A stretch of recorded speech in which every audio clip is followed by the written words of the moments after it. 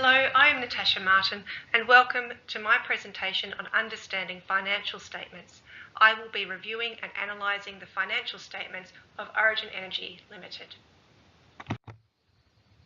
There are 5 topics of discussion in this presentation, being the nature of Origin Energy, what it is, what it provides and to whom, stakeholder decision-making tools, how the balance sheet, income statement and cash flow statement can assist stakeholders to make decisions about Origin Energy, the identification of impacts on Origin Energy's reported position and performance, the key assets, liabilities, equity classes, incomes and expenses of Origin Energy and how these impact on Origin Energy's position and performance.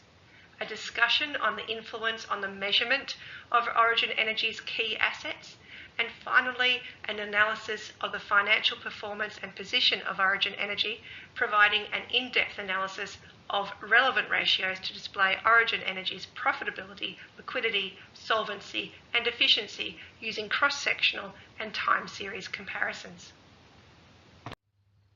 Origin Energy is an Australian company that began in 2000 after demerging from Boral. Origin is now one of Australia's key gas producers, employing over 6,000 people across its many locations, and is now the leading Australian integrated energy company, supplying electricity to 4.2 million customers and developing and producing natural gas. Origin also boasts around 160,000 shareholders with a market capitalisation of approximately $16 billion and is in the top 20 companies on the Australian Securities Exchange. Some notable moments in its history include the acquisition of Country Energy and Integral Energy in 2009, providing the company with an additional 1.6 million customers. This in turn impacted the renewable energy growth of 2012 and improved customer care programs of 2014. Origin aspires to be the #1 renewables company in Australia by empowering customers to reduce their carbon footprint through wind, solar and storage technology. Origin Energy provides services to residential and business customers, providing electricity and gas from a range of sources, including alternate power such as solar, wind, LPG and Origin Energy's own green power. Electricity demands have increased since 1998. However, the increase in customers' use of alternate power systems indicates a decrease in demand. This decrease is from a number of factors, including the global financial crisis, which resulted in consumers using less energy in order to reduce their power bills. Also, more households are installing rooftop solar systems and businesses are using less energy-intensive manufacturing. Origin Energy has 74 sites around the world, located in Australia, Chile, Fiji, Kenya, New Zealand, Papua New Guinea and Vietnam. Origin explores for and produces gas and oil in Australia and New Zealand and supplies markets in Australia, New Zealand and the Pacific. As a listed company, Origin Energy has a number of stakeholders who need to make well-informed decisions. Staff make decisions on the future direction of the company and also on their own continued employment viability. Stockholders are interested in a return on their investment and also need supporting evidence to help with endorsing motions at the annual general meeting. Creditors and debtors have slightly different reasons for decision making. Will the company continue to be in a position to pay their accounts, provide goods and services, or even to continue to make purchases? Union groups are interested in the continued employment prospects and working conditions of the staff. Like the stockholders, the venture capitalists are interested in a return on their investment, while a potential buyer of a company considers if there are any assets that could potentially be written off without harming the underlying business. Each of these groups use the following tools to make their decisions. The balance sheet, or as Origin Energy calls it, the statement of financial position, provides a snapshot of the financial status of the company at a specific point in time. The income statement summarises the revenues and expenses of the company to measure its performance by matching its accomplishments and its efforts for a span of time. The cash flow statement summarises events that explain changes in cash, where it came from, and where it was spent during a period of time. Origin Energy has listed its time frame as being the financial year. in the following examples for the financial year ending 30 June 2017. This extract of the Statement of Financial Position shows the current, non-current and total assets in millions for the past 3 financial years. According to the notes to the financial statements, there has been an increase in trade and other receivables since 2016. These figures reflect the billed and unbilled revenue that is expected to be collected, resulting from service provisions in the relevant financial year. This indicates that Origin Energy's customer base is either increasing or becoming more reliable in its payment of billed accounts. The assets classified as held for sale has increased significantly since 2016. Note E4 explains that a decision was made to divest of certain assets, which then impacted on the current statement of financial position. In regard to the figures for non-current asset lines, Note B2 explains that exploration, evaluation and development of assets are intrinsically linked to the results for property, plant and equipment. Upon approval of the commercial development of a project, the exploration and evaluation asset is then classified as a development asset. Once production commences, development assets are transferred to property, plant and equipment. The figures in these lines, along with the details provided in Note B2, show that development assets of $292 million were transferred to property, plant and equipment, while over $1,000 million of exploration and evaluation assets were written off. Although the current assets are recovering from the 2016 figures, they have not improved sufficiently to cover the difference in the non-current asset lines.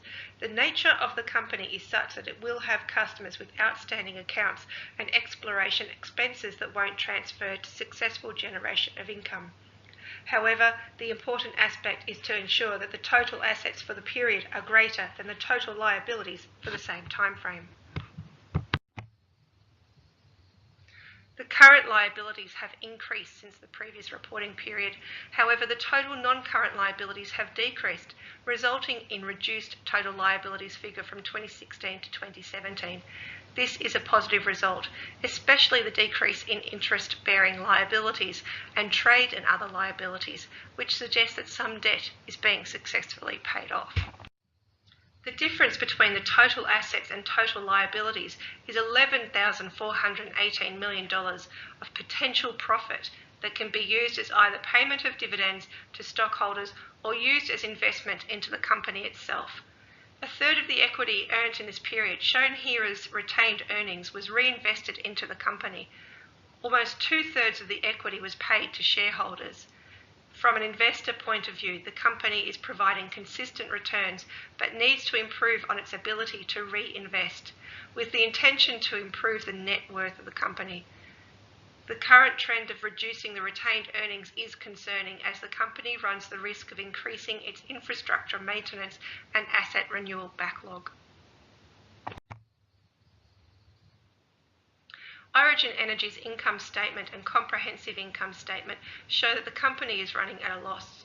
The details listed in the income statement and comprehensive income statement should be giving all stakeholders cause for consideration. Alarmingly, the revenue from continuing operations is less than the expenses of the same. The subtotal loss from continuing operations has increased by 692%. Origin Energy needs to review its budget and determine a means to increase its revenue and reduce expenses. The data in the statement of cash flows indicates an increase in the cash and equivalents at the end of the 2017 period from the previous period. However, there were significant losses made in the investment and financing activities that require review and recalibration. It is important to view this information with the previous year's data in mind. Therefore, it can be seen that items such as repayment from borrowings have decreased in the company's favour, suggesting that loans have been refinanced, deferred, or significantly reduced. There are many factors that can impact on the company's reported position and performance. These include investments in technology, which can improve customer satisfaction and increase the customer base. The completion of large projects such as the Australia Pacific LNG connections can draw funds away during one period and then indicate a release of funds or an increase in income in a later reporting period. The purchase or sale of assets and the timing of the decision to list for sale has an impact on the line items that are reported. The items are therefore listed as being listed for sale in the balance sheet, but may not have generated income and are therefore not represented in the income statement. The company will have an expectation of selling these listed items before the end of the financial year. Additional businesses run by the company can have a large impact on the overall performance of the company. In the 2017 annual report, Origin Energy's chairman and managing director have identified the business's energy markets and integrated gas as being the key drivers of growth in the 2018 financial year. This, along with the divestment of assets, is expected to allow the company to meet its debt reduction goals. The primary factors that influence the performance of Origin Energy for the 2017 financial year have been trade and other receivables, as it is the amount billed to customers. A company can expect to receive most of the outstanding monies and so can classify these as an asset. Assets classified as held for sale, as it is the amount anticipated to receive from the sale of assets or business units of the company. Trade and other payables refers to the accounts payable owed to a supplier. Liabilities classified as held for sale refers to the final details of an asset or business sold after fair value and impairment losses have been considered. Share capital refers to the dividends paid to the stockholders at the end of the period. Retained earnings refers to the amount available to the company to invest in product, process or asset improvements, and revenue earned and cash paid to suppliers refers to the incoming and outgoing cash payments. Fortunately, in this example, the income line is greater than the main expense line. In the notes to the financial statements, management list a number of judgments and estimates as being relevant to the application of the company's accounting policies, including unbilled revenue. This estimation is based on historical customer consumption and payment patterns. Recoverability of trade receivables. Judgment is required in determining the level of provisioning for customer debts. Impairment allowances take into account the age of debt, prevailing economic conditions, and historic collection trends. Carrying value of assets. Assets are grouped together into the smallest group of assets that generate largely independent cash inflows. Estimates and assumptions are made about reserves, future operating profiles, and production costs, which may change as new information becomes available. Restoration, rehabilitation, and dismantling costs. Estimates are made on the cost of future site restoration activities at the time of installation or construction of an asset or when an obligation falls due. Fair value. To estimate the fair value of financial assets and financial liabilities, the company uses a variety of methods as outlined in Note C4 and makes assumptions based on the existing market conditions at the time of reporting. The following slides analyse the performance of Origin Energy, comparing it to industry and sector results, as well as results from its own past reporting cycles. The comparison company is Santos Limited, who is listed by D&B Hoovers as a direct competitor in the energy sector. The profitability ratios indicate that Origin Energy is not performing well. The gross margin results indicate that Origin Energy is well below its competitor and 10 points below the industry and sector averages. When compared to itself in the time series comparison over 4 years, Origin Energy has also performed poorly. This indicates that the company needs to find means to increase its revenue in order to offset the cost of goods and services and allow it to meet its liability obligations. The net profit ratio shows us that Origin Energy has not made a profit, details which were supported in the income statement. Although the loss is not as significant as its competitor, at minus 16.31%, it is still well below the industry and sector standards. The time series comparison shows the extremely poor performance trend of the past 4 years. As we determined in the review of the Statement of Financial Position, it is time for the executive management at Origin Energy to reassess its budget, shift its divestments, and increase its revenue streams. Of the liquidity ratios, the current ratio measures a company's ability to pay short-term and long-term obligations. A ratio less than 1 would indicate that the company would be unable to pay its obligations and would be a key indicator of poor financial health. Origin Energy's ratio of 1.3 is not as healthy as it had been in 2015, or as it is in comparison to Santos, which at 1.9 is much closer to the targeted ratio of 2 to 1. Yet it is performing better than the industry and sector averages.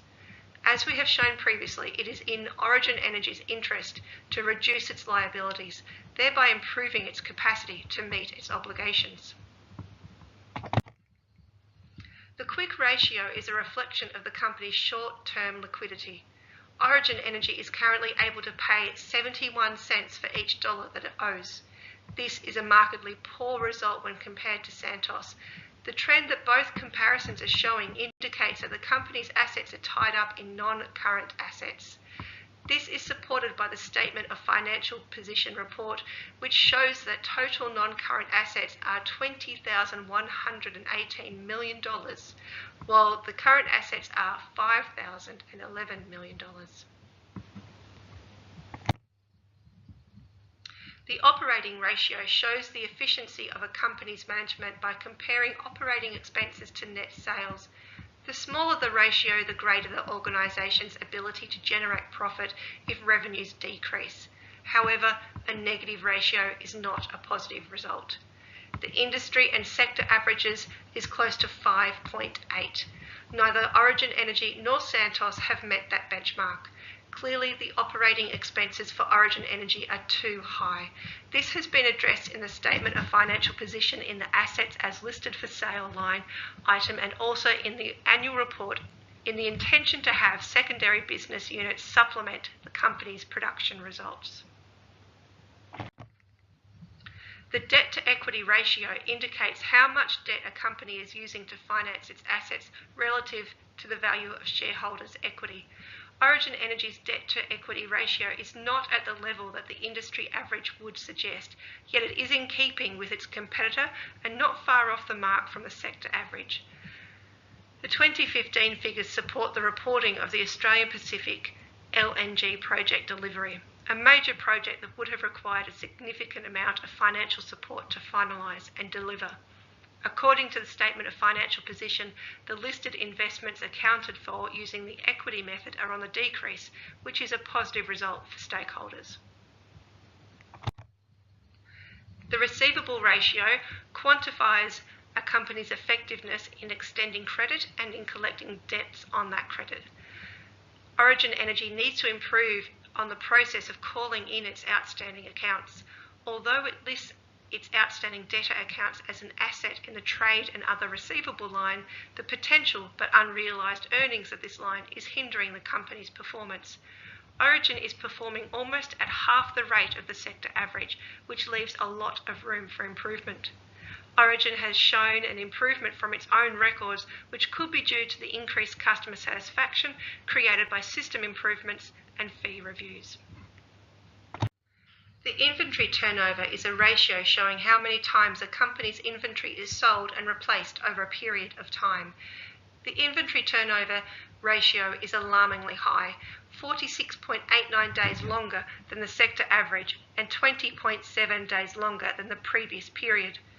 One reason for this could be the unbilled revenue as described in Note B1 or the changes to the cost of electricity, which Origin noted in its document An Australian Energy Story as being a driving force in the change of consumer use of power and also in the inability for consumers to pay their bills. Origin Energy is currently not showing a significant increase in the bad debt or trade and other payables line. Instead, these are decreasing. Comparison with the 2018 data will determine if the trend will change. Investors considering purchasing shares in Origin Energy would be advised to wait until after the figures for the 2018 financial year are available. The reasons for this are The company is operating at a loss. A significant number of investments and divestments remain to be resolved. Revenue streams require attention and improvement. Liquid asset options require consideration. Profitability is poor. Stockholder dividends are being met, but the detriment of retained earnings. However, new projects could bring changes to revenue. By the end of the next reporting period, details of the impact of the LNG project and renewable energies market, as well as the divestment of nominated assets and business units, will be available to provide trend information.